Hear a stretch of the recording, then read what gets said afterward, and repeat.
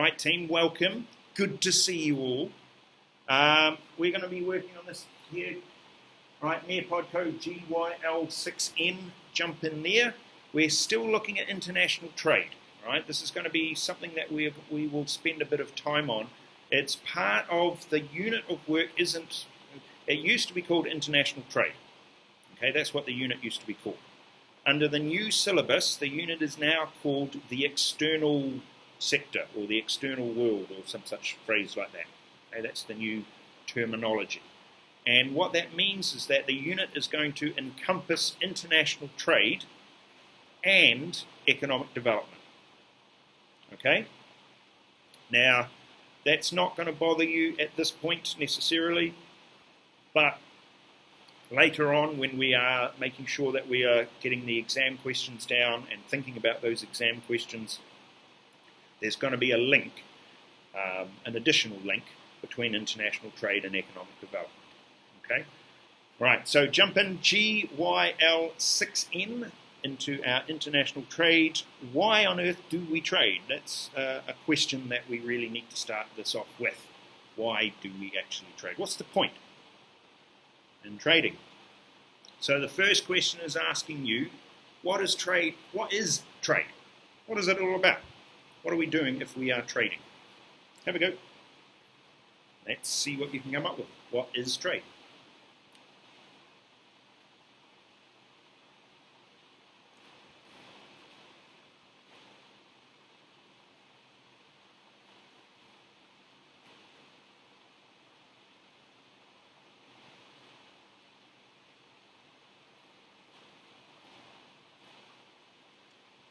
Good work, Ariane. That looks good.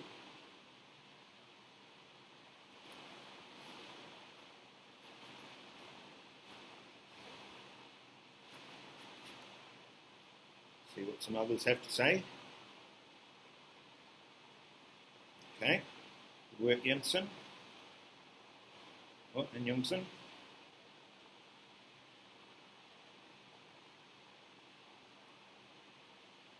Oh, good work, Joel.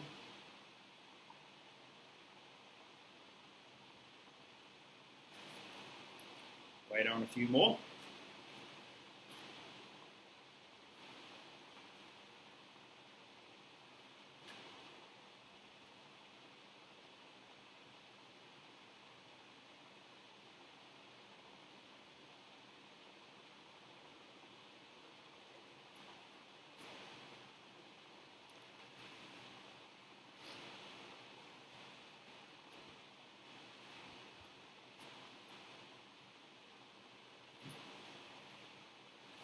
Concept dealing with buying and selling of goods and economies. Good. Sounds a little bit Dr. Googly. It's a good answer. Okay. Last in for last in.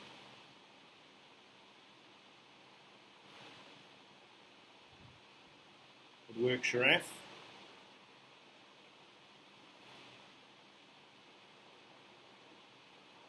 Oh, wow, look at that. That's an interesting answer. Okay. There seems to be a slight lag in the recording. I apologise in advance when you go to re-watch it. That it may be a little bit robotic with me lagging just a tad. Good work. Now, one of the main points I want to get across here is that trade, when we talk about trade, we quite often fall into that external trap, that idea that we are trading with other countries overseas. And yes, that's true. We do for international trade, but we also need to consider trade within our economy, right? And that's something that people don't often think about. They don't often think that, KL trades with Penang, or Sarawak, which I learnt the other day, Sarawak trades with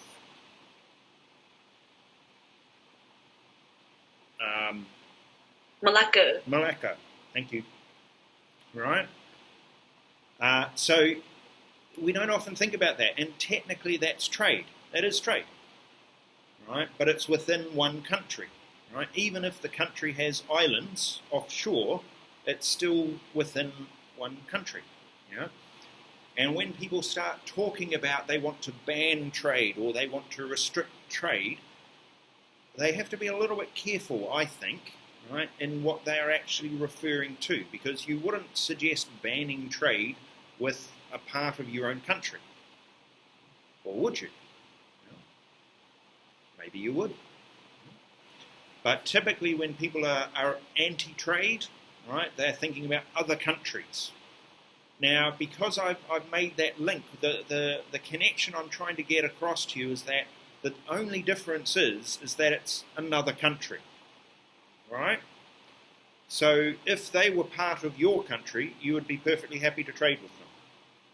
But because they are outsiders, now all of a sudden we're not happy to trade with them. Does that make sense? So some people, when they're making these trade arguments, is actually a little bit of a code, in a way, for maybe we just don't like these people, yeah, and we don't want to trade with them. It could be just as simple as that. Particularly if you've seen some of the recent case studies coming out of America and countries that they have said that they haven't wanted to trade with. Yes, it's a little bit more complicated than that, I know, but we'll cope with that from there. International trade, that's when we're talking about the exchange of goods and services between different countries. Now, you'll notice I put the number 2 there. Why might I have put a number 2 there?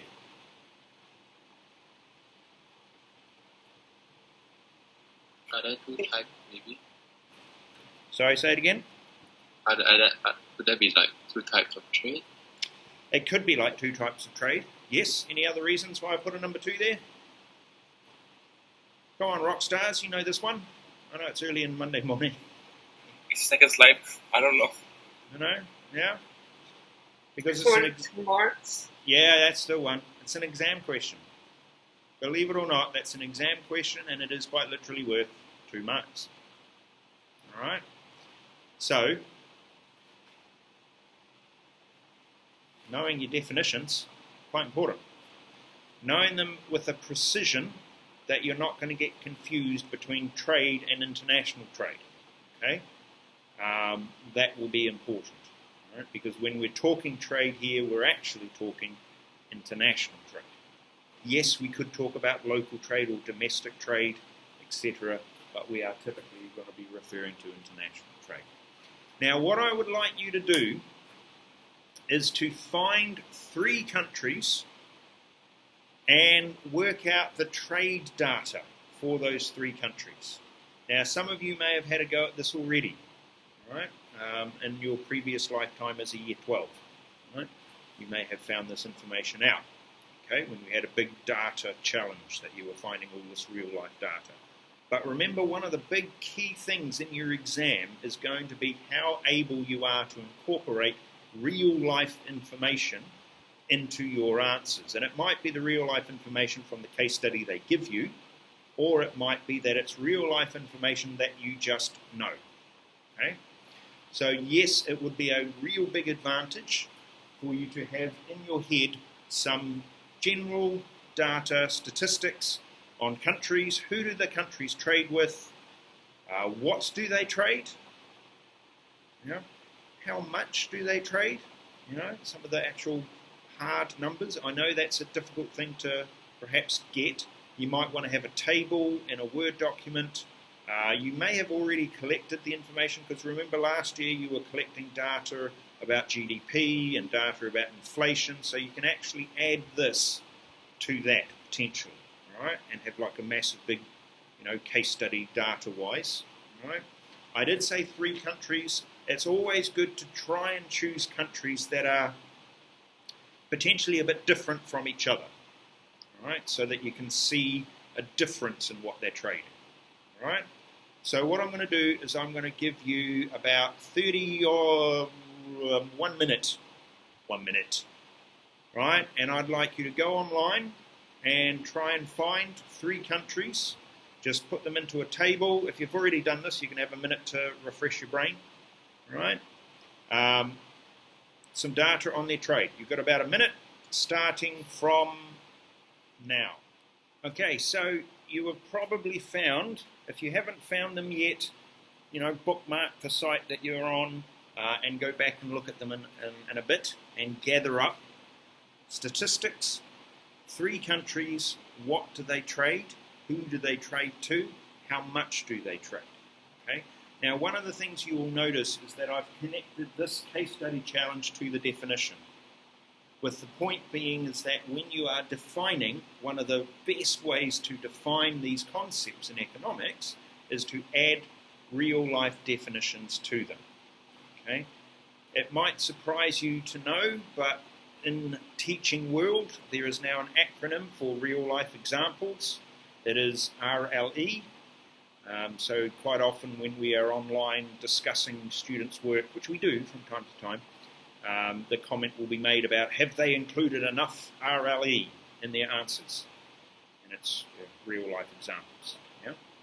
So when you do your definition, international trade involves the exchange of goods and services between 2 countries, for example, ... and give your case study. All right? That will round it off quite nicely. And it will show the examiner that you are able to use a real-life example. Okay? And then, of course, later on when you're doing the analysis questions, etc., you will need real-life examples potentially for there. So why do we trade? All right? So here's what I'd like you to do. Just in the chat section, can we put some... Oh, sorry, Hard. Did you get the code now? Yes, good. Try and come up with some reasons that you think, just at this point, why do countries trade with each other? So chuck them into the chat box, all right? And it might be that you want to start thinking about importance or relative importance of those. So which ones would be more important than other ones? Oh, good. Well done, Fatima, straight off the bat. Different varieties of goods and services. Yeah?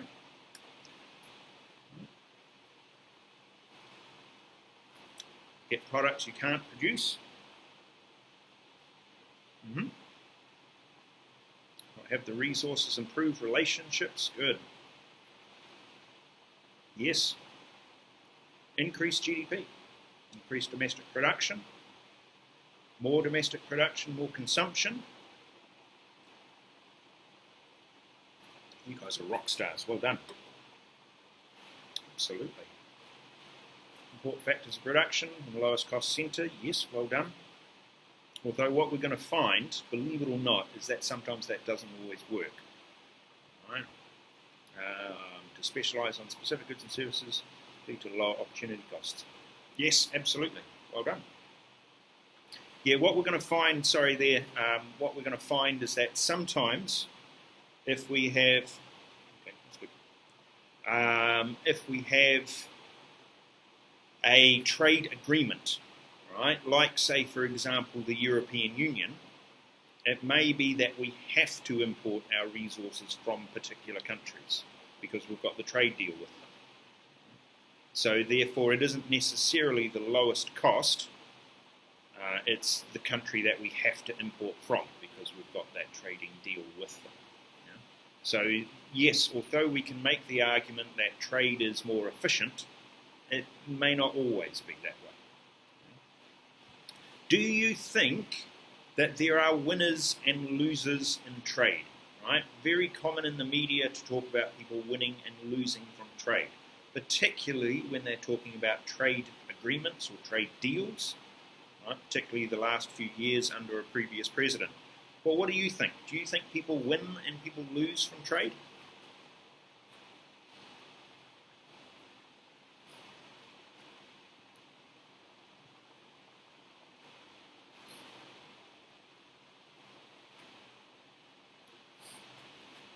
Yeah, just put a thought in. Good work, Joel. Well done. All right, that's where we were definitely going.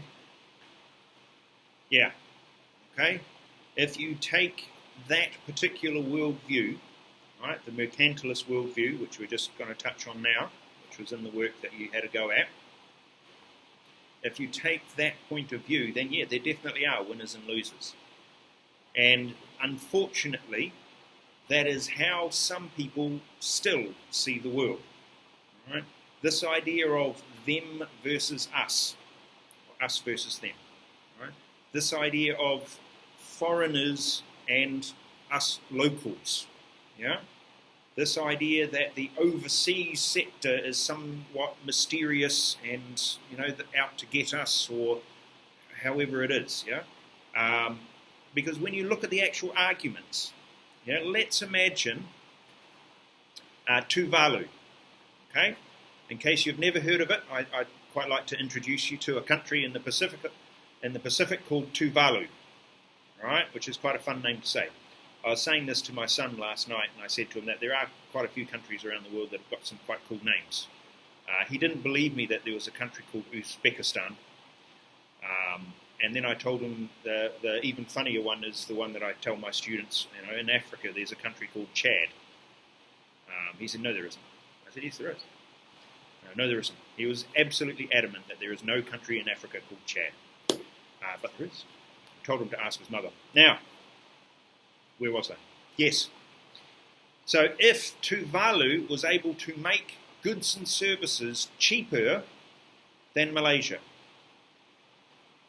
surely that puts us at a disadvantage. We are the loser with regards to that trade.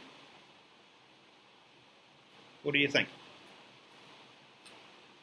If a country outside Malaysia produces goods cheaper than we do, does that mean we are losers? Like, possibly if we're looking at, say, Singapore, we're trading with Singapore and some stuff, but Tuvalu makes it cheaper, Singapore may opt to trade with them instead. Then we would become the losers. Good point. May take customers away. But again, looking at that same argument, would you say the same argument with Sarawak? Or one of those other names I mentioned earlier? Yeah? Selangor. Would we make the same argument? Putrajaya. If they can make things cheaper, does that mean we're the losers? Should we not trade with Putrajaya? So you can start to see that all we are saying is we are putting a country difference on it. Yeah? Because if they were inside our country, we would be perfectly happy to trade with them. But because they are overseas, maybe we don't. All right. So let's have a look. Ooh, challenging thoughts here. Here is Adam Smith, the founder, the man who says a lot of things. One of the things that he said was, man has an intrinsic propensity to truck, barter and exchange one thing for another, and that this happy tendency was nothing more than human nature, of which no further account can be given. Came out with some witty sayings, did old Adam. All right. We want to trade. It is apparently part of our psychological makeup that we will always want to better our state in society, our standard of living, by trading. Now, I was reading an extended essay the other day. I shan't say who from. It was good. And one of their points that they made in their extended essay was about the growth of, as a result of the global pandemic and some people being laid off, there's been an increase in the number of people self-employed, right? Finding new ways to earn a living, right? Trading. And typically that's nowadays online. And people will do that often. You'll find people with 2 jobs, 3 jobs, 4 jobs, which is vastly different from, when I grew up. And yes, we might have had 2, 3, 4 jobs as well. I know I certainly did. But it was different. It felt different. Nowadays, I think it's more, survival, okay, to do that. But it is that idea that Adam Smith says it's in our nature to want to trade, to better ourselves. Now, you may disagree and may think that's not the case with humans. I don't know, psychology students, I don't know, you might have some thoughts on that. is trade actually good for the world? Should we have trade? Or should we just stick with our own country and buy and sell within the country? What do you think? A, B, or C? Have a go.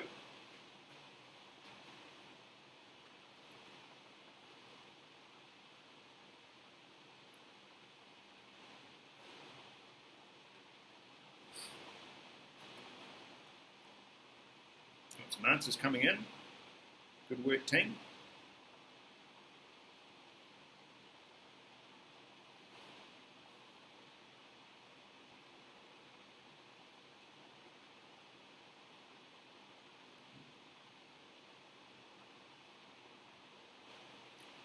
Well done. Now, what you've all come up with is what the majority of economists would say. And the majority of economists would say that more trade is good for the world. Right? It improves efficiency. All of those other sorts of comments that you made earlier on about factors of production, about domestic production, consumption, etc., GDP, even standards of living. It is possible that that will actually all improve as a result of trade, and therefore more trade equaling more of that. Yeah?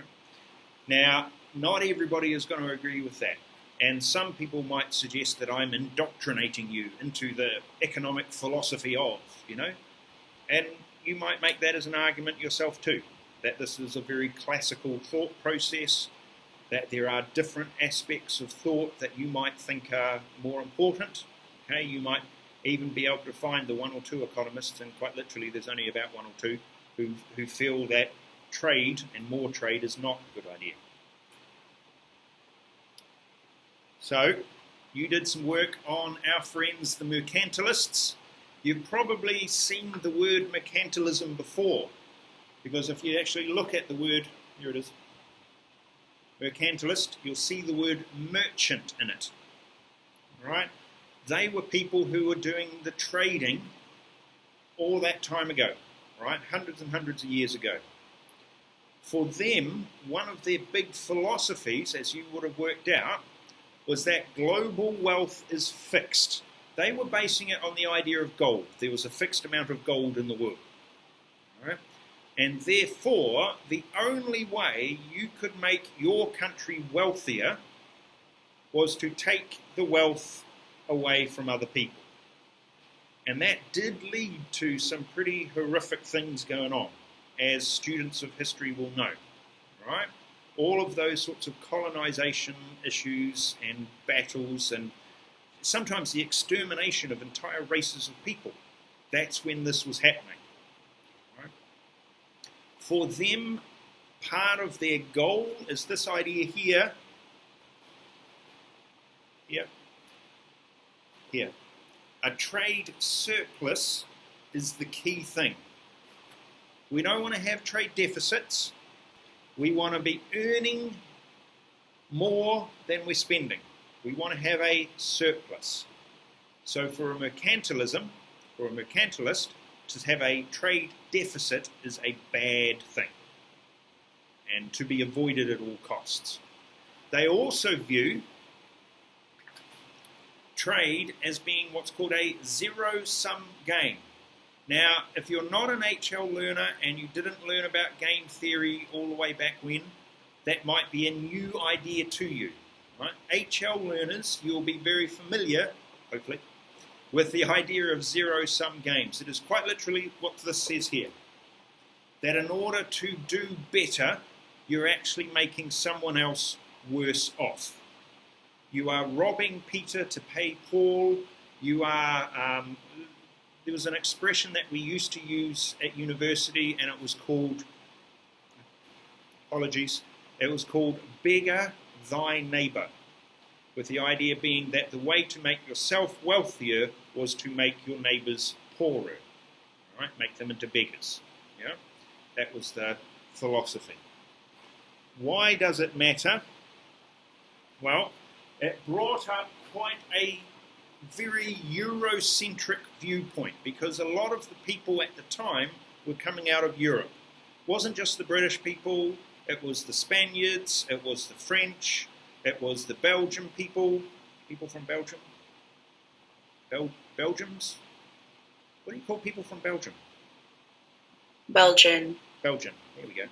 All right, those people at that time had this particular viewpoint. Now, you can make a TOK leap here and you can say how, well, that was the time period that they lived in and that's why they were thinking this, and if we take them out of that time period into our more enlightened time, then they wouldn't think that. And I'd like to think that. I honestly would. That we are more enlightened than they were. But you only have to look back at the previous president of the United States, who would come out with some of the most mercantilist statements that I've heard in a long time. All right? To realize that these people still exist. And sometimes they're in a position of power. So as said, right, you're wanting gold, right, typically, silver, right, the precious metals, there's a fixed amount of them, so you are going to hoard them, you're going to take them from people, you're going to build up your wealth from that. You're going to have a favourable or surplus in your balance of trade. And this idea here that you are going to produce colonies in order to produce the resources for you. Okay, so New Zealand, right, which was obviously a former colony of the UK, right, was considered to be Britain's farm. Right, we made cows and sheep and hobbits, right, because Britain needed them. Yeah? That's what we did. Comes from this idea. So it sounds negative, and it was, and there were some, as said, some pretty hideous things that were going on. And if you look at some of the impacts on countries like South America, some parts of Africa, and obviously the Pacific potentially as well, the Americas, yeah, there were some really awful practices that went on. But things that it did do, so we've got to be a little bit careful, because mercantilism did create the trade routes. Right, the sailors, the merchants had to figure out how to get from point A to point B. So they actually created these trading routes all around the world, and they're still used today. Right? Yes, admittedly, the Suez Canal is quite, it's getting quite narrow for some of those big boats that are going through, and they possibly need something extra with regards to that. That did lead to colonization, and for countries, Malaysia's having its Merdeka? How do we say that? Merdeka? Yeah, Merdeka. Which is a celebration of independence, from colony to independence. And there are lots of countries around the world that have gone through that particular process. Lots and lots of them. There was a meme the other year when London had the Olympics. So when was that? 2012? Somewhere around there. There was a meme that went around of the Queen at the Olympics watching the athletes going past, and the meme simply said something along the lines of, "These were the countries I used to rule," that sort of idea. Because that's how it was. Yeah. So all of the flow-on effects of colonization happened because of this particular economic practice. It also led to the spread of languages. Yeah, you can go to Africa, and there are people in Africa who speak French. Yeah, you can go to the Pacific, and there are people in the Pacific who speak French. Yeah, you can go to South America, and people speak Spanish. And obviously English now as well, right, around the world too. Now, trickier one is culture. We're not talking about the yogurts, right? But we're talking about what people might argue is the westernization of the world, where everything kind of standardizes and becomes one sort of global culture, right, with very little distinction between the different countries. And if you've been and taught in an American high school, and then taught in a New Zealand high school, which I've taught in New Zealand high school, you will have noticed the Americanisms that occurred. You'll notice the learners trying to be like they see on the TV that the American students are, and that they're not being themselves.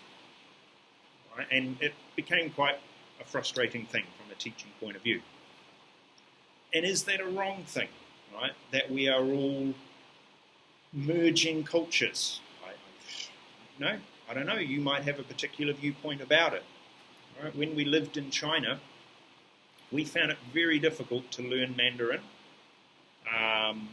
And when we did attempt Mandarin, because of my accent, I was not easily understood. And also because of the different regional dialects of the different people that we would be attempting to talk to, sometimes there would just be no communication possible at all. And then in Malaysia, more or less, everybody speaks English. So, that's a win for me, because I do try with my Malaysian, my Bahasa, and I'm not really doing well with it at all. I did learn lima, it's 5. Hey? Can't remember what one is. Then you've got dua, tiga, something else, and lima. Hey? I tell you, learning. All right? But it's that idea, the language and culture all wrapped in one. One of the things that the Chinese government is very concerned about, and they have been for a number of years, ever since we were there, is how the Chinese culture seems to be becoming more Western. The Chinese government would force businesses to print forms, and even things like the car license plates had to be, have a Mandarin script on them. Okay, and it would mean all sorts of weird things would happen. And because the Mandarin language, particularly when it's written, can mean a whole lot of different things, even somebody who knows how to read Mandarin might not be able to fully read and understand what it is, the actual intention of what it is that's written. So the Chinese government is very concerned about China losing its identity. And I think the current government is pushing that even further. Right? How is that viewed in Malaysia? Does Malaysia feel that it is losing its culture?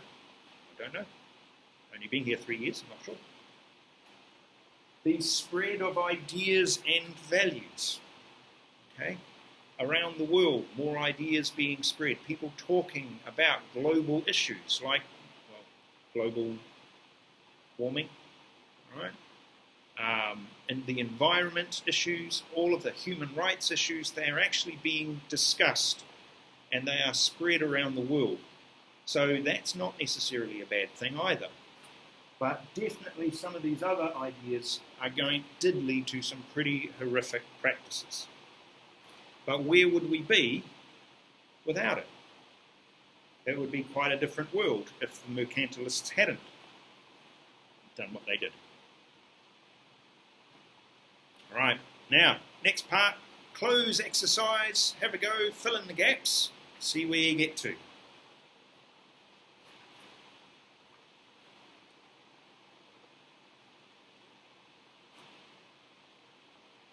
Give you about 30 odd seconds, have a go.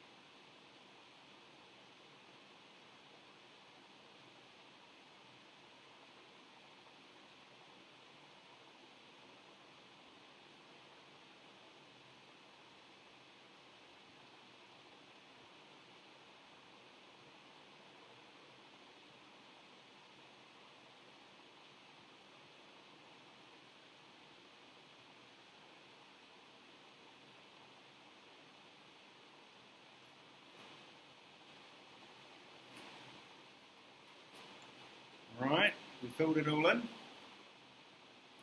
Another couple of seconds.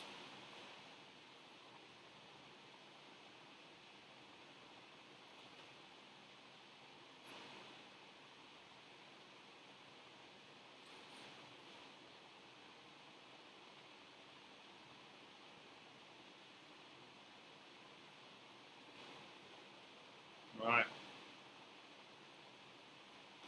Mercantilist thought was that there was a fixed amount of global wealth, and to increase your wealth, apologies that there are two wealths in there, you needed to take someone else's. That means that trade is a zero-sum game. Nobody wins. Right.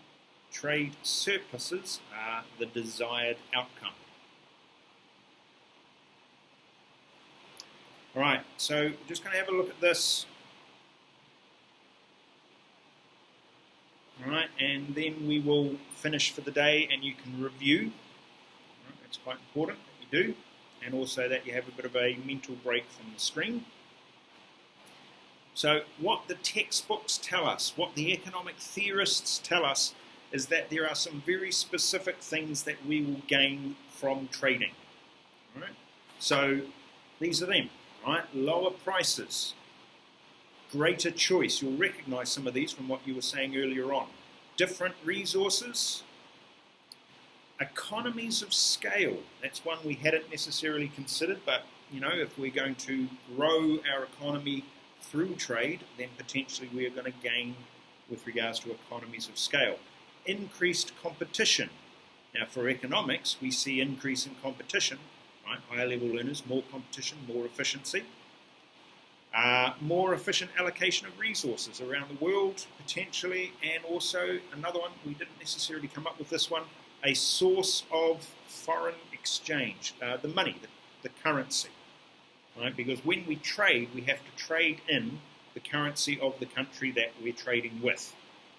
Right? And then they will trade in our currency. So you end up with that sort of give and take of international currency, and that gives you a reserve of overseas currency that you're able to use.